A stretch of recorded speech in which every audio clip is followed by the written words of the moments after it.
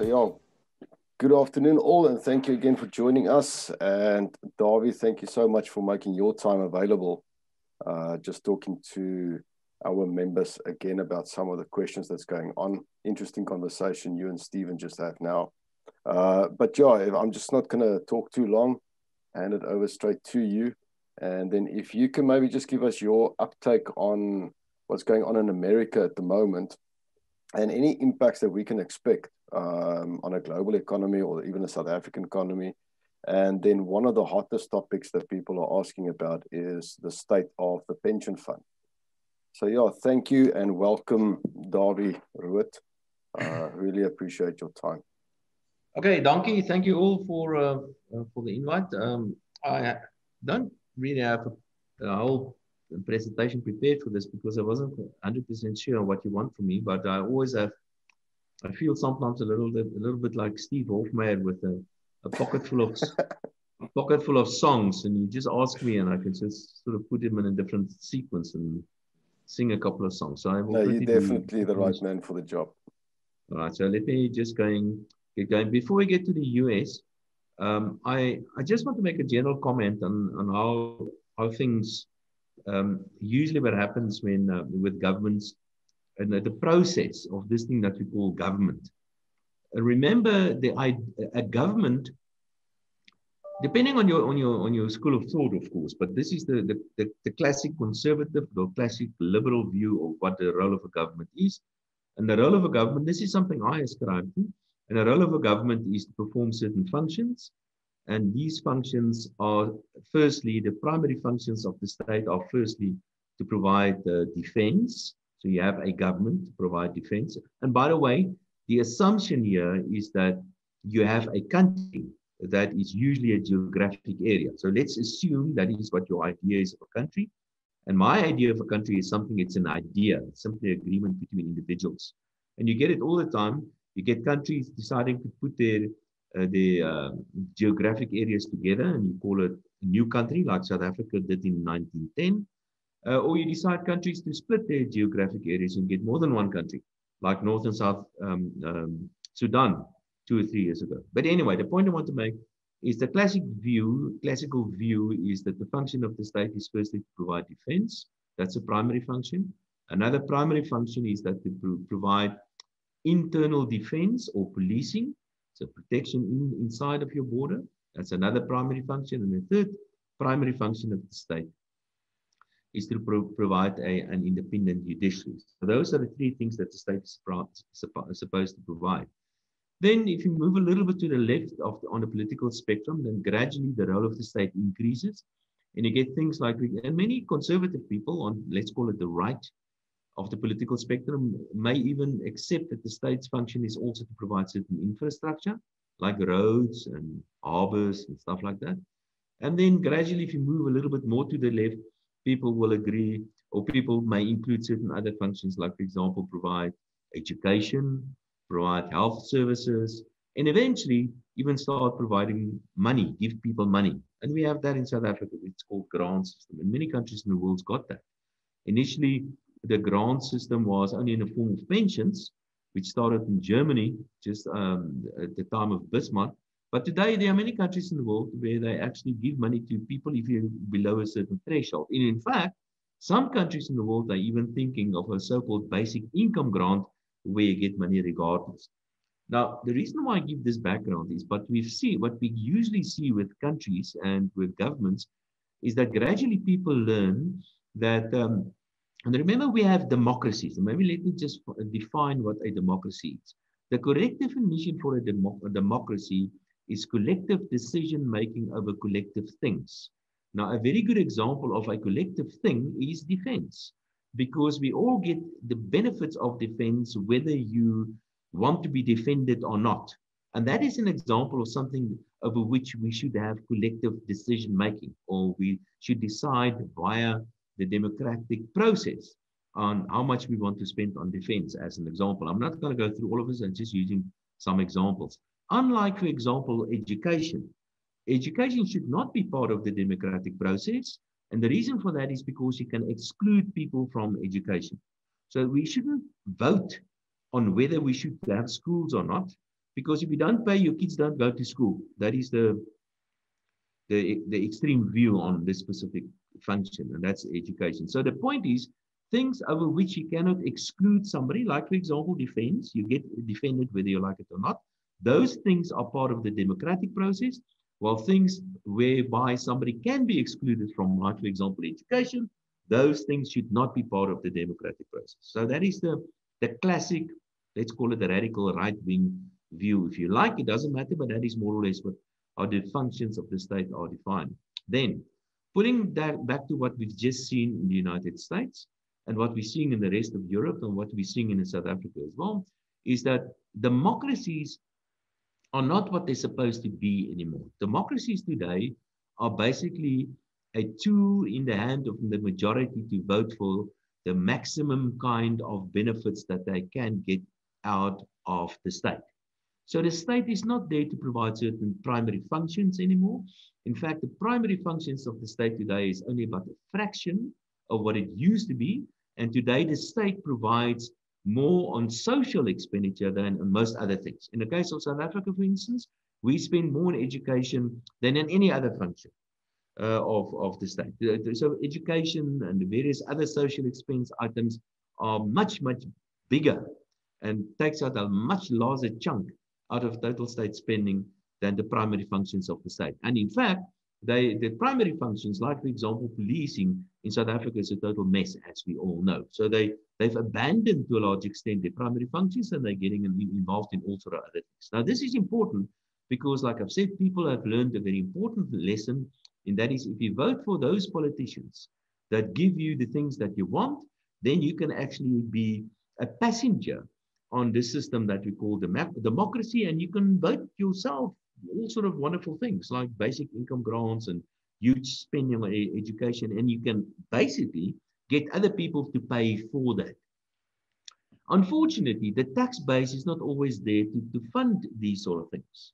And that's why politicians started making use of other sources of funding, like, for example, borrowing. So they just go out to the capital markets and they borrow money, because borrowing money is nothing but a postponement of taxes. That money needs to be repaid, but the current taxpayers won't have to repay that. It's future taxpayers that will have to pay for this borrowing that is happening today.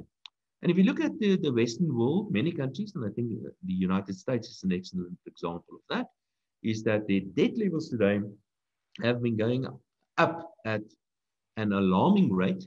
And today, the debt levels in the United States is at a record high level. The last time it was here was just after the Second World War. And the same goes for most European countries as well. So their debt levels are very, very high.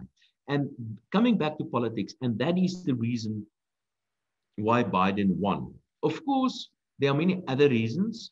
There are reasons like people don't like Trump. And I can think of a lot of reasons why people shouldn't like Trump. Reasons, and all sort of other reasons. But the essence of this whole thing is that the democratic process, the way that it is implemented and the way that it works today, has actually been distorted to become a process whereby the majority get the opportunity to misuse this process to basically get the money from the smaller pool of potential taxpayers, or the more productive part of the economy. And that's what we're going to see with the winner, the Democrats, basically winning here. Don't think that the Republicans are not guilty of this. They are very much guilty of this as well. But basically, the Democrats are more inclined to spend more money. And don't quote me on this, because there's a lot of statistics against it. I'm just giving a bit of a background. And that's what's probably going to happen now as well. The Democrats probably going to spend a little bit more than would have been spent under the Republicans. And that's part of the reason why the financial markets are doing quite well. So if you ask me, will Biden be good or bad? The short answer to that is, at least in the short term, Biden's good because the financial markets say so. Is this sustainable? And the answer is, without a doubt, no. It is not sustainable, because eventually, and where that level is, I don't know, but eventually you will run into a brick wall, and the financial market is going to tell you, I'm not going to lend you money, and I'm not going to lend you money because you owe too much money already. Fortunately, for many governments, most governments in the world, is that they are, and don't tell me a central bank is independent. That's nonsense. But central banks today, they are only nominally independent, but central banks is actually part of this whole thing that we call government of the state. And central banks actually allow governments now to go on the spending spree for much, much longer. If central banks were under control of the private sector, then central banks would have said, listen, enough is enough. I'm not going to lend you money anymore. But since central banks are basically parts of governments, central banks in most places in the world decided to cut interest rates to very low levels, exactly the opposite than what would have happened in a real free market system. And not only that, central banks print money, create money out of nothing as well, and they give it to governments to spend, basically. They give it fancy names like quantitative easing. And that's where the world finds itself at the moment. Now, you would have thought that all this government spending and all this money printing would lead to high levels of inflation.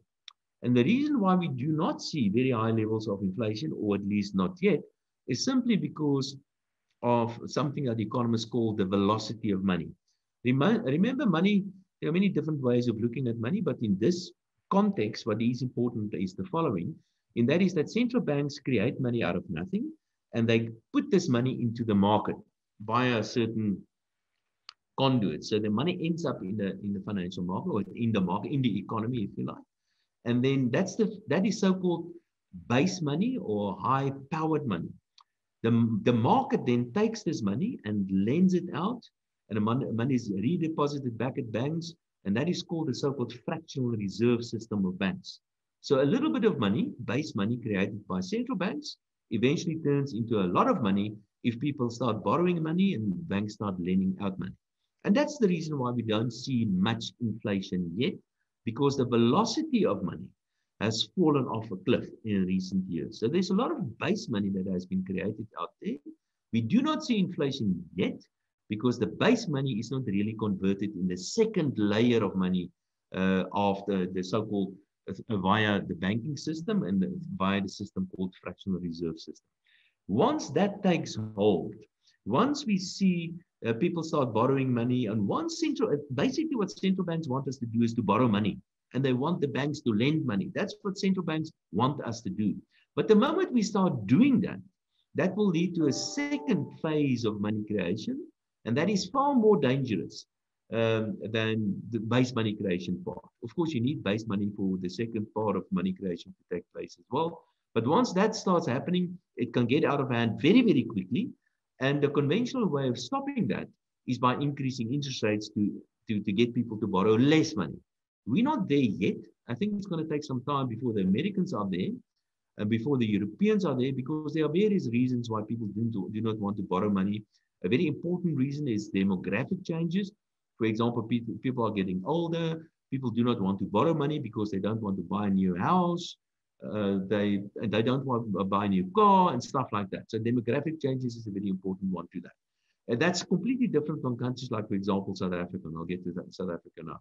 But so despite people's reluctance, America is slightly different because it's the younger population and people are more inclined to borrow in the US.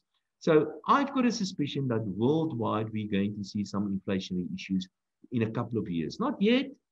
And many other economists will probably disagree with me, but eventually, I believe inflation will become an issue internationally. And the good thing about inflation is that inflation erodes the value of money, but inflation also erodes the value of debt. And governments, they really do like inflation because high inflation will help them with this huge debt burden that they have. That they've been accumulating the last couple of years. So that's the internet. And that, by the way, is also part of the reason why I believe that Bitcoin and gold price recently has been going up, because I think those two markets are also discounting the possibility of future inflationary pressures building up. In South Africa, just a few things about the medium-term budget of the Minister of Finance. The first comment, it's a political comment, is that in the June, and remember, this is not a budget, it's just a statement. In the June emergency statement, the Minister of Finance drew a line in the sand, and he said that state debt will not exceed 87% of GDP in 3 years' time. He said, and that's it. It is set in concrete. We're not going to break that rule, basically. Now, and that's the first number that I looked at when he read his medium-term statement, when is it, 2 weeks, a week or what ago. And the first number, and so his new number is, so that line in the sand was not so strong after all. And he said, now what's going to happen now? We're going to stabilize debt at 95% of GDP and only in 5 years' time. Now, what do you read in this politically? I think what is happening is that Tito Mboweni has lost the fight. I think the budgetary process, the functions of Treasury, the ideological function of Treasury has moved to the union buildings, to the president. And I think Pravin Gordhan has won the fight. So Tito Mboweni, his wings have been clipped. And I've got a suspicion that Tito Mboweni is not going to be around that much longer. And the winner out of this whole mess has been the left wing. I'm not talking about the radical left wing, like the Asians of this world, but the left wing or the communist wing, if you like, and that's it, let's call it the Pravin Gordhan wing, certainly came out the winner out of this fight. So that was my first political impression. Another reason why I say so is that huge amounts of money was again set aside for South African Airways. Now, there's absolutely no way anybody can tell me, I cannot get an answer why we still have to spend this amount of money on South African Airways. They've given another 10.5 to South African Airways, which is also not going to be enough. South African Airways, on top of this 10.5 billion, they need at least another 10 billion if they really want to compete internationally. But anyway, so they've given another 10.5 billion to South African Airways, another sign that the left wing of the ANC has won. And then also keep in mind, Tito Mboweni some time ago presented his own macroeconomic plan. And the president announced his macroeconomic plan about 2 or 3 weeks or so ago, which differs from that from Tito Mboweni. And the president's macroeconomic plan is essentially a spending plan on infrastructure, but also at the same time wanting to achieve certain political and social objectives. Now, the plan of the president is one contradiction after the other. A very good example is that we're going to import substitution is one of that. We're going to manufacture everything in South Africa. BEE is important. Women empowerment is important. Job creation is important. All that sort of nonsense is important. But at the same time, we're going to create world-class competitive companies. And at the same time, we're going to cut red tape. Now, that's just not possible. It's not possible to have certain targets and cut red tape at the same time. That's just bull. But anyway, so that's the president's plan. And of course, Tito Mboweni needs to fund this. There are many questions about the funding thing. Like, for example, how are we going to fund the road accident deficit, which is getting close to 600 billion rand actual deficit in the road accident fund. Eskom is running at the debt levels of 500 billion. They simply are unsustainable. We just don't know where the money is going to come. I just don't know where the money is going to come from. Clearly, there will be increase a lot of taxes, and Tito Mboweni is trying to cut back on some spending here and there, but there's no real cutbacks, real cutback. And maybe I could just make a comment about this, the meaning of the word austerity. The meaning of the word austerity means, from a fiscal point of view, means that you spend significantly less money. So the one way of measuring that is to talk, if you look at the debt levels, debt to GDP, and debt to GDP will then fall. That is austerity. In our case, debt to GDP will go up at a very, very strong rate. So that's certainly not austerity. Another measure, another way of looking at it is looking at the fiscal deficit. Our fiscal deficit in the current year is likely to be close to 18% to GDP, while the economy is going to contract by about something like 10% or so. And if your fiscal deficit, say for instance, your fiscal deficit is roughly 10% to GDP, but your economy is growing at 10% as well, then that is fine. But if your fiscal deficit is significantly larger than your rate of economic growth, then that is not austerity. That is a very expansionary fiscal stance. And that's what we have. An exceptionally stimulatory or expansive fiscal policy stance that we have. This is no austerity. And that will, of course, lead to very high levels of state debt. All right. Another number that is important, a macroeconomic number, and that is in South Africa, we save between 15 and 20% of GDP. That's of the economy, of our total production, is what we save, between 15 and 20%. The fiscal deficit, like I've just said, is probably going to be 17 or 18% of GDP, which simply means that all the available savings will be taken up by the state. The state will borrow all the existing domestic savings, leaving nothing left for the private sector to borrow. And if you cannot borrow, then you cannot invest. So there's no investment, private sector investment going to take place, which means future economic growth is not going to happen unless we borrow money from foreigners to put money in South Africa to make up this deficit of savings that we have in South Africa. So that gives you a couple of, this is not on some ideological comment that I'm making, it's simply simple numbers, is that we will not invest and therefore we will not grow, and therefore all these wonderful dreams are all pipe dreams, and we will not stabilize state debt at 95%, we will not grow the economy at 2 or 3% as per the president's plan, we also will not reduce unemployment because of these numbers that I've mentioned. I also have a suspicion, and South Africa is slightly different, I have a suspicion that for various reasons, one reason is simply got to do with technical reasons, like a very low base of inflation now, but there are some other reasons as well. But I've got a suspicion that in a year and 18 months' time, we're going to see inflation start taking hold in South Africa before it happens in the rest of the world.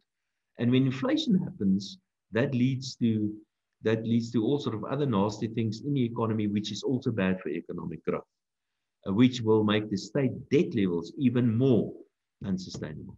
Coming back to the president's dilemma, so they're borrowing all the normal spending borrowing all the existing savings to spend on the normal stuff. And now the president's got a plan of another R1 trillion that needs to be spent by the state, 100 billion, while the private sector is supposed to spend about $1 trillion or so. And the question is, where's this money going to come from? So you get money from normal places, and the private sector is not going to invest for the reasons that I've mentioned, or not much. So you get money from taxpayers. If you run out of taxpayers, then you consume your capital. We've done that already, like Eskom has been consumed, the capital there, and many other examples, South African Airways. And then you go to the only pot available, the remaining pot of gold development, and that's the pension funds. Now, there is mention of Section 28 in the Pension Fund Act, which will be amended, and it will be amended to make it easier for pension funds to invest in certain infrastructural projects, which in principle I have absolutely no problem with. You will not be forced to do that. You will simply be allowed to do that if it is a good investment. Now, that's fine, but I'm afraid the next step is going to be some pressure on the trustees of pension funds. Maybe the PIC will also be convinced of the good investment in buying Eskom debt. And gradually, if that doesn't work, gradually legislation will be changed to force pension funds eventually to invest in certain kinds of assets, whether those assets are good assets or not. And of course, pension funds trustees, they have certain fiduciary duties. They will keep on refusing to do that. And then what you do, you close the doors. And I think the next step will be foreign exchange regulations, which will be tightened. And then from there on, things just progressively will go from bad to even worse. What does that mean for crypto stuff? For crypto stuff, as you all know, I'm a great fan of crypto stuff. I prefer to call it private monies because that is what it is. What is clear is becoming mainstream nowadays. What I'm very excited about is about all the kind of derivatives that are available to private monies. Now that is important because private money is now with derivatives. Remember what I've said? You get base money, and base money then is lent out in the system, and base money actually, the secondary effect, the private sector participation or use of base money via the credit process actually increases your money supply. So money supply is like a lung. It inhales and exhales. It gets bigger and smaller depending on the economic activity. Now, that is a problem with private monies, like crypto monies.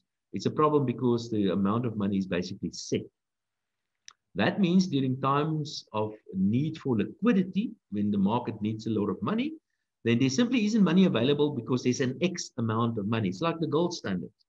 But the moment you have derivatives on that, which basically is what we have, the credit cycle is basically derivatives on money, then that allows you to increase and make them to change the size of your money, your pool of money. So your money supply can increase during times of demand for liquidity and decrease during times. That's usually month ends. Month ends, you need more cash. During the middle of the month, you need less cash.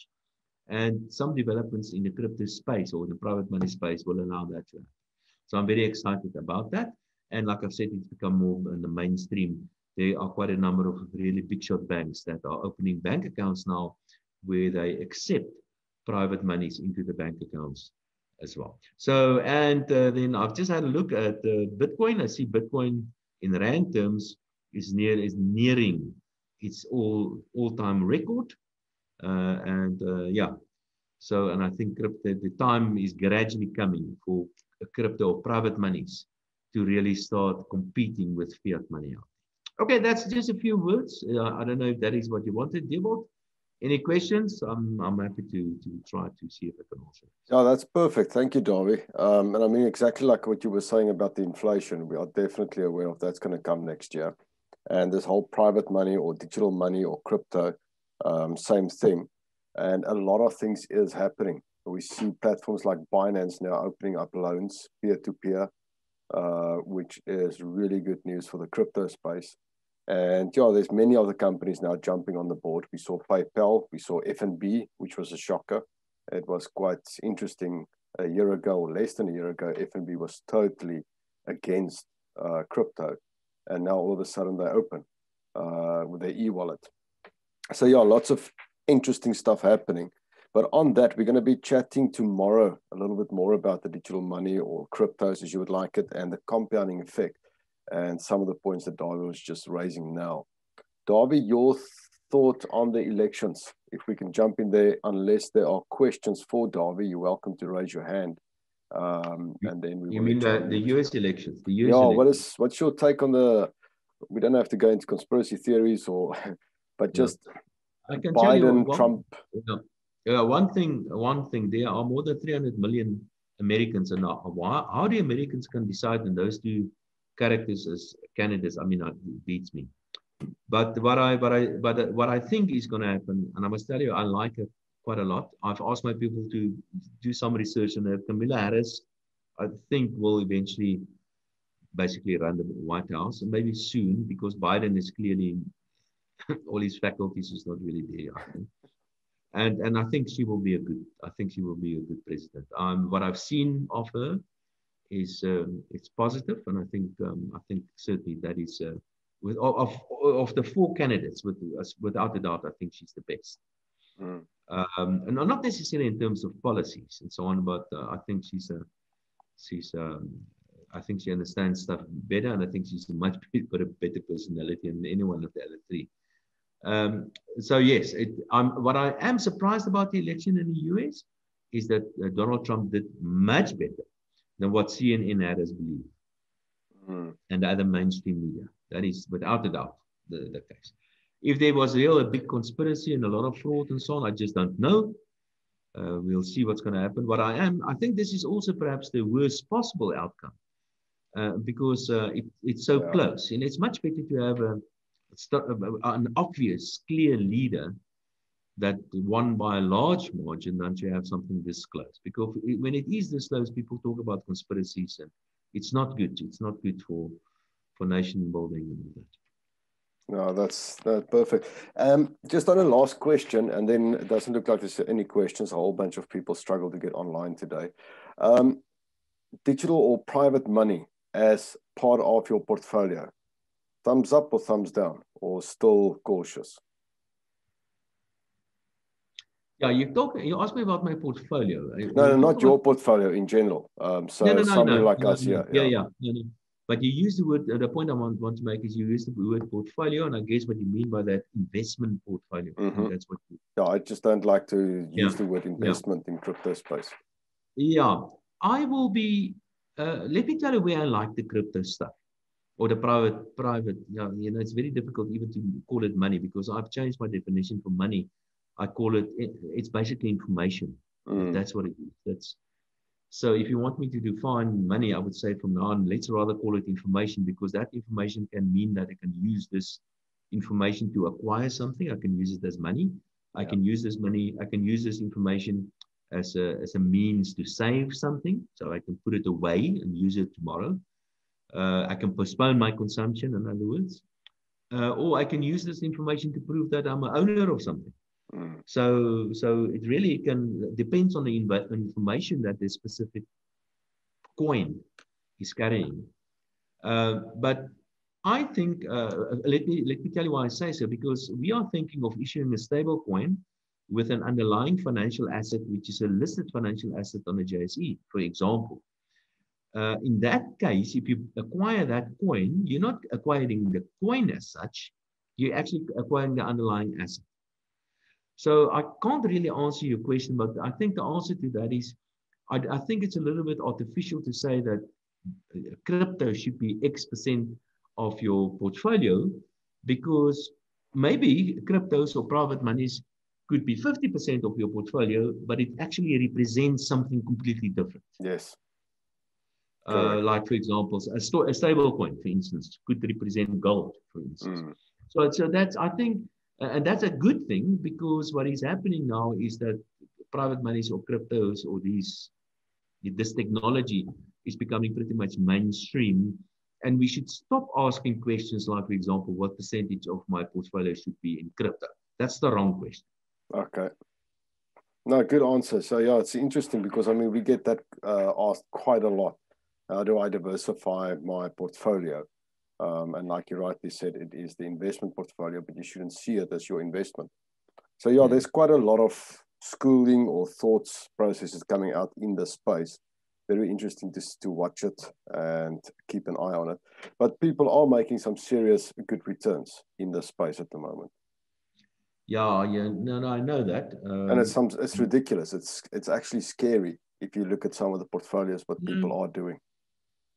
I've been lucky myself, but that's really luck because there's no skill. I mean, really. Yeah. Are there any questions for Dawie? Because then we're gonna call it a day. Dawie, thank you so much for your time and your valuable input. Really appreciate it always. My pleasure. Thank you, bye. Yeah, it doesn't look like there's still some people coming online. That's a bit late, but yeah. So if there are no questions, then we're going to say goodbye and thank you very much, and hopefully speak to you soon again. Dankie. Lekker dag vir julle. Cheers. Goodbye. Tot ziens, Dawie. All right, everybody, if there's no questions, we're going to carry on. We'll see you tomorrow at 2 o'clock on the weekly TAF call. Thank you for joining us again. And then, yeah, tomorrow we're going to talk more about digital money, crypto, and compounding, and a whole bunch of interesting stuff where you can make money. Have a great one.